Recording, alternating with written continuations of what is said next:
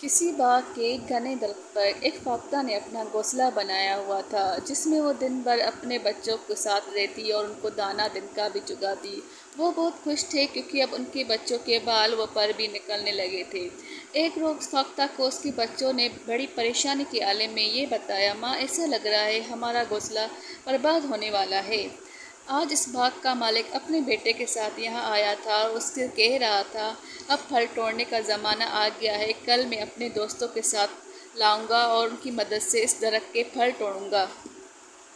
میرے بازو میں تکلیف ہے، اس لیے یہ کام تنہا نہیں کر سکتا، مجھے اپنے دوستوں کی مدد کی ضرورت ہوگی۔ یہ سن کر فاختہ نے اپنے بچوں کو تسلی دیتے ہوئے کہا، فکر مت کرو، وہ کل اپنے دوستوں کے ساتھ نہ یہاں آئے گا اور نہ ہی پھل توڑے گا۔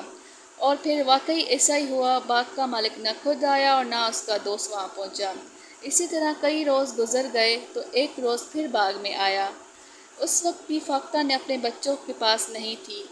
اس نے درخت کے نیچے کھڑے ہو کر کہا، میرے دوستوں نے اپنا وعدہ پورا نہیں کیا، اس لیے میں یہاں سے پھل نہیں توڑ سکا، مگر کل میں یہ کام ضرور کر ڈالوں گا، کیونکہ اس بار انہوں نے آنے کا پکا وعدہ کیا ہے۔ جب فاختہ واپس لوٹی تو اس کے بچوں نے یہ بات فاختہ کو بتائی تو اس نے بے پرواہی سے کہا، بچوں، تم پریشان نہ ہو، کیونکہ اس بات بھی نہ وہ خود آئے گا نہ اس کے دوست آئیں گے۔ اسی طرح یہ دن بھی گزر گیا اور فاختہ کے کہنے کے مطابق نہ باغ کا مالک وہاں آیا اور نہ اس کا دوست۔ فاختہ کے بچے اب کچھ زیادہ ہی مطمئن ہو گئے تھے۔ چند روز بعد باغ کا مالک اپنے بیٹوں کے ساتھ وہاں پہنچا اور درخت کے نیچے کھڑے ہو کر بولا، میرے دوست صرف نام کے دوست ہیں، انہیں مجھ سے کوئی ہمدردی نہیں۔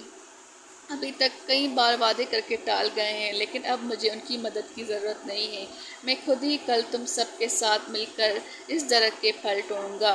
ویسے بھی مجھے دوسروں پر بھروسہ کرنے کے بجائے اپنے آپ پر بھروسہ کرنا چاہیے، اسی میں بہتری ہے۔ جب فاختہ نے یہ بات سنی تو پریشانی کے عالم میں بولی، بچوں، اب ہمیں فوری طور پر یہاں سے جانا ہوگا۔ جب تک باغ کا مالک دوسروں پر بھروسہ کر رہا تھا، اس کا کام نہیں ہو رہا تھا، مگر آج اس نے خود پر بھروسہ کرتے ہوئے خود ہی پھل توڑنے کا ارادہ کیا ہے، وہ ضرور کامیاب ہو جائے گا۔ اس لیے اب ہمیں یہاں سے جانا ہوگا۔ پھر وہ اپنے بچوں کو لے کر وہاں سے پرواز کر گئی۔